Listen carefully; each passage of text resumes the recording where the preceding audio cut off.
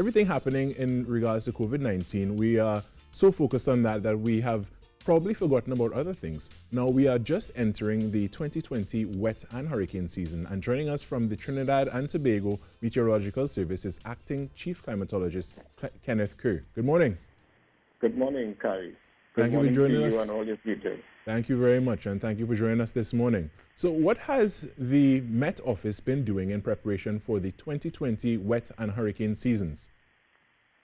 Well, Carrie, the Met Office continues to play its critical role in ensuring that citizens are provided with relevant information so that they can be as prepared as possible for the season.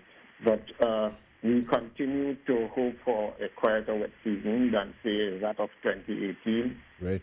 But we have been working alongside colleagues involved with disaster preparedness to ensure that our products and services are useful, actually usable, and used as well by the public. So far we have had an online National Climate Outlook Forum on May 12th where we briefed key stakeholders, including the media, on likely outcomes for this year's wet and hurricane season. At that forum, we would have presented information which we believe further empowered stakeholders in their preparedness action. And we sought to grow their understanding of what early actions they could take based on our wet season. Included there as well, we brought them up to speed on our color-coded adverse weather alert and warning matrix that would enable them to engage in a number of preparedness actions. Because, as you know, if we wait until the adverse weather event is about to happen, then oftentimes it's too late for preparation. That's right. And just to confirm, the season starts today? Yes, the wet season, we declared the wet season Saturday evening late. Right. Based on the passage of a tropical wave, and of course today is June 1st, which is the start of the hurricane season. All right. So you mentioned earlier about the color coding. Tell us a little about the color-coded messages and their significance or impact.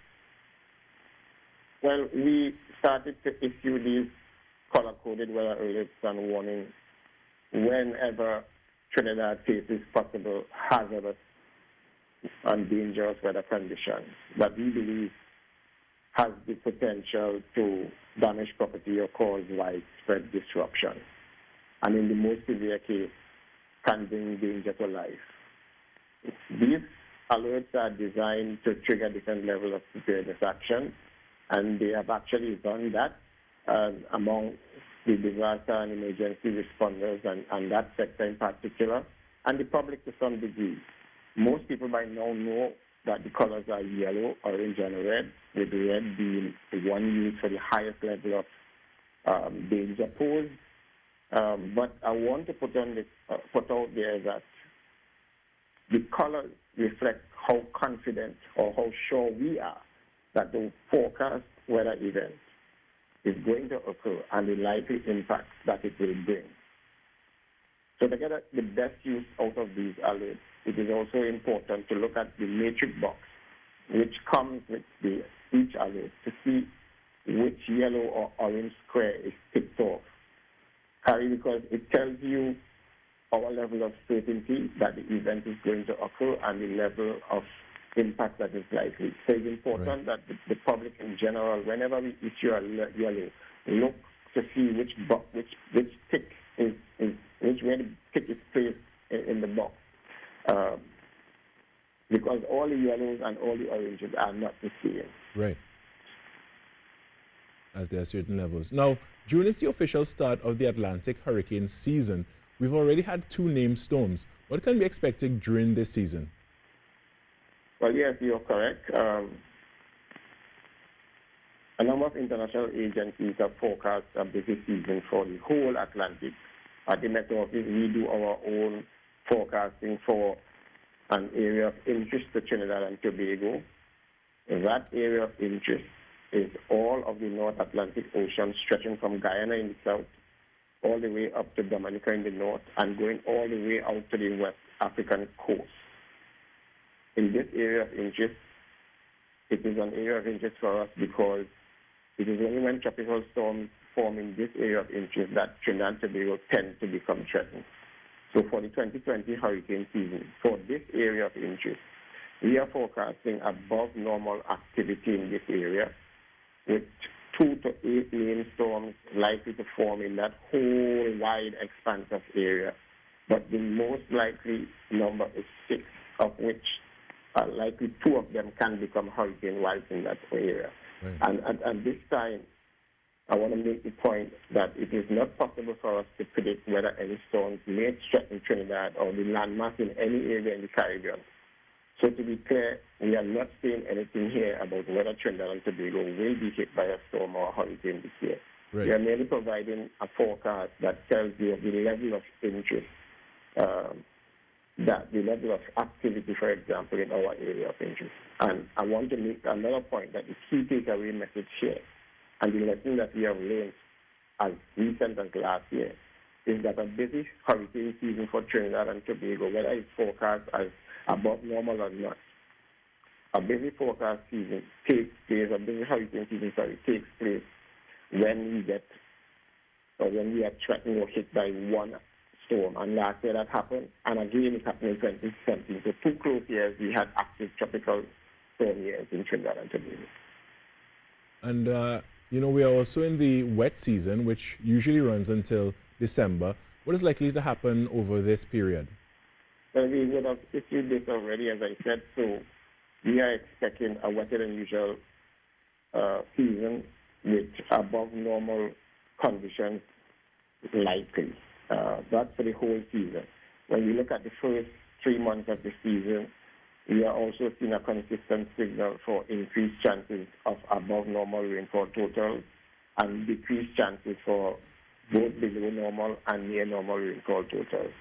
It is important to note here, Kerr, that usually these 3 months are the 3 of the wettest months in some locations in Trinidad and Tobago, and therefore the outlook is suggesting that the country can look forward to an increase on settled weather conditions as we go further and further into the first 3 months. Right. It is also very important to remember that when there are increased chances for above normal rainfall, the odds for heavy rainfall days and 7-day wet spells are also increased. So this cross flooding is elevated during this time. Of course, there is the later half of the season, September to November. We expect that part to be as wet as usual, but don't take that for granted. Wet as usual during that period is also particularly wet, and therefore flooding risk is going to remain elevated, especially if the kind of rainfall that we expect during June to August materialize. Right. Right? So we have to bear that in mind. And of course, I don't want people to forget that we have the heat season continues. It's going to peak in September. So June, August to September, we are expected to see a number of hot days. The risk increases there for heat events, and we ask those who are at risk for that to pay attention. And what advice would you have for members of the public, that being said, in preparation for the wet season and these things as well? Well, bearing in mind that there's another layer to this wet season and hurricane season preparation in terms of having COVID around, the first thing is that preparation is not only from government agencies like the OEPM and TIMA in Tobago. It is about households, every agency, and everyone engaging in some form of preparation. We want you to know your wet season risk, get to know your excessive heat risk, which is often taken for granted, know where your closest shelters are, know your DMUs or your disaster management agency mobile numbers, know the closest police station telephone number, for example, because these are for first responders. What else? Map out your route to the nearest shelter in case you have to use it, and also map out an alternative route in the event that the road becomes impassable, especially in landslide-prone areas. Practice, for example, how you would include if you have pets, if you have to leave your home, how you're going to take them with you.